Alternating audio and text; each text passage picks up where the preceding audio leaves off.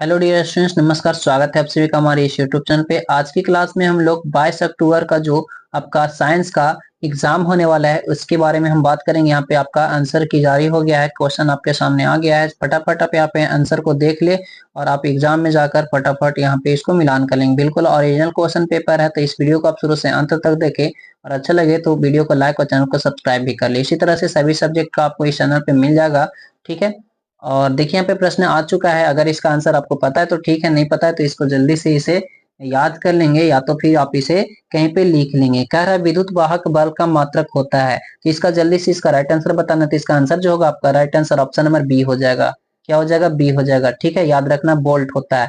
आगे बढ़ा जाए, कह रहा दूसरा कह रहा चुंबकीय बल क्षेत्र का एसआई मात्रक है। चुंबकीय बल क्षेत्र का एसआई मात्रक क्या है? तो इसका आंसर जो होगा ऑप्शन नंबर ए हो जाएगा, न्यूटन प्रति metre, ampere metre. Option number A, ठीक है। ऑप्शन नंबर ए आपका राइट आंसर हो जाएगा। नेक्स्ट देखा जाए, कह रहा है क्वेश्चन नंबर 3 में कह रहा है डायनेमो का सिद्धांत आधारित है। डायनेमो का सिद्धांत किस पे आधारित है? तो 3 का आंसर बताना। धारा के ऊष्मीय प्रभाव पर प्रेरित विद्युत, इसका क्या होगा राइट आंसर? तो 3 का राइट आंसर आपका ऑप्शन नंबर सी हो जाएगा। क्या होगा? ऑप्शन नंबर सी, ठीक है। ऑप्शन नंबर सी आपका राइट आंसर है। 4 देखा जाए, 4 में कह रहा विद्युत मोटर को चलाया जा सकता है। विद्युत मोटर को चलाया जा सकता है दिष्ट धारा, प्रत्यावर्ती धारा, ए और बी दोनों, इनमें से कोई नहीं। तो 4 का जो राइट आंसर होगा ऑप्शन नंबर सी हो जाएगा। 4 का जो राइट आंसर होगा ऑप्शन नंबर सी हो जाएगा, ठीक है। ए और बी दोनों, दिश धारा और प्रत्यावर्ती धारा। आगे देखा जाए 5 में क्या कहता है, कह रहा दाएं हाथ के अंगूठे के नियम को किसने प्रतिपादित किया था? फ्लेमिंग या आइंस्टीन या मैक्सवेल या स्टेट? क्या हो जाएगा? 5 का right answer option number A हो जाएगा, ठीक है। 5 का right answer option number A, Fleming, ठीक है। फ्लेमिंग हो जाएगा। आगे देखा जाए, कह रहा चुंबकीय विद्युत प्रेरण की खोज किसने की थी? चुंबकीय विद्युत चुंबकीय प्रेरण की खोज किसने की थी? इसका राइट आंसर आपका 6 का जो होगा, किसने की थी? तो फ्राइडे ने की थी। याद रखिएगा ऑप्शन नंबर डी, फ्राइडे ने की थी, ठीक है। 6 का right answer option number D हो गया। आगे देखा जाए 7 में क्या कहता है, कह रहा विद्युत चुम्बकीय बनाया जाता है। विद्युत चुम्बकीय बनाया जाता है किसके द्वारा? पीतल से, इस्पात से, नरम लोहा से, या इनमें से कोई नहीं। तो 7 का जो राइट आंसर होगा ऑप्शन नंबर सी हो जाएगा। क्या हो जाएगा? ऑप्शन नंबर सी हो जाएगा। ऑप्शन नंबर सी, ठीक है। याद रखेंगे नरम लोहा से। आगे बताया जाए 8 में कह रहा है विद्युत जनित्र परिवर्तित करता है। विद्युत जनित्र परिवर्तित करता है विद्युत ऊर्जा को यांत्रिक ऊर्जा में, विद्युत ऊर्जा को रासायनिक ऊर्जा में, यांत्रिक ऊर्जा को विद्युत ऊर्जा में, रासायनिक ऊर्जा को विद्युत ऊर्जा में। तो विद्युत जनित्र परिवर्तित करता है, इसका राइट आंसर जो होगा ऑप्शन नंबर सी हो जाएगा। क्या होगा? ऑप्शन नंबर सी हो जाएगा, ठीक है। ऑप्शन नंबर सी, यांत्रिक ऊर्जा को विद्युत ऊर्जा में। आगे देखा जाए, कह रहा 9 में कह रहा विद्युत धारा सामान्य होता है, सामान्यता होता है काले रंग का, हरे रंग का, लाल रंग का, इनमें से सभी। विद्युत विद्युत तार समानिता होता है। 9 का जो राइट आंसर होगा ऑप्शन नंबर ए हो जाएगा, काले रंग का, ठीक है। विद्युत तार समानिता होता है, आपका ऑप्शन नंबर ए हो जाएगा। आगे देखा जा, कह रहा है दिग दिक परिवर्तक युक्त जनित्र उत्पन्न करता है। तो इसका क्या होगा? दृष्ट धारा, प्रत्यावर्ती धारा, ए बी दोनों, इनमें से कोई नहीं। 10 का जो राइट आंसर होगा ऑप्शन नंबर ए हो जाएगा, ठीक है। राइट ए दृष्टि धारा, ठीक है। ऑप्शन नंबर ए। आगे देखा जाए, कह रहा है क्या कर रहा है दी के परिवार प्रतियुक्त जनित्र उत्पन्न करता है। ये वही 10 का आपका क्या हो जाएगा? 10 का ऑप्शन नंबर ए हो जाएगा, ठीक है। वही वाला आपका था 10 का ए। 11 देखना है हमें।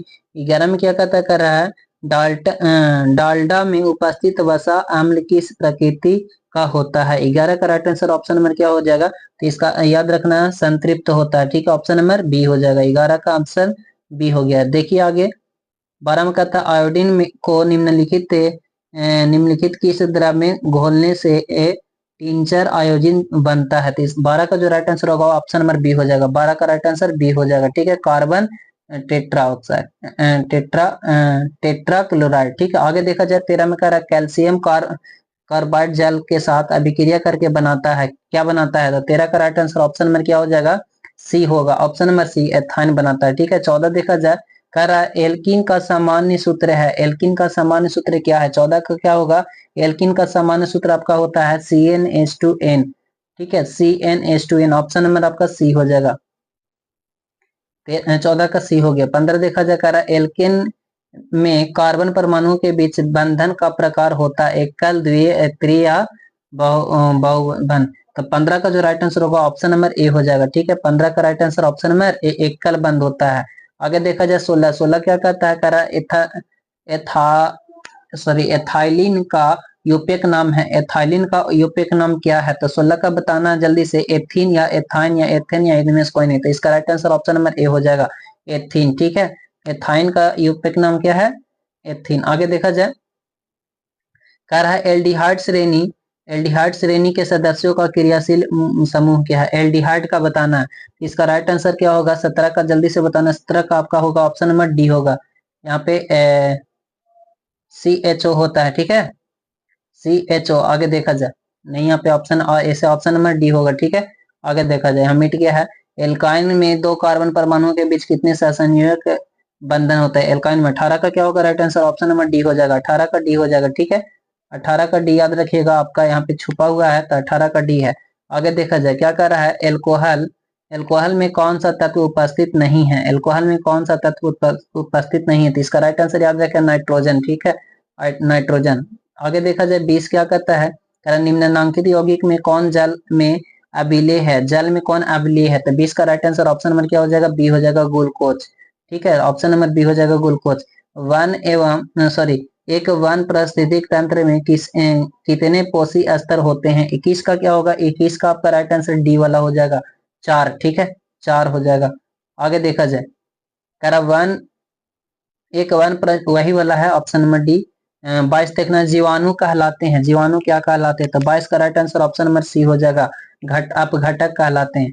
आगे देखा जाए, 23 में कह रहा है ओजोन परत है। ओजोन परत क्या है? तो इसका राइट आंसर आपका याद रखना, हानिकारक है, बी। ठीक है, आगे देखा जाए, 25 में कह रहा है निम्नलिखित में से कौन सा जैव अनिकरणीय है?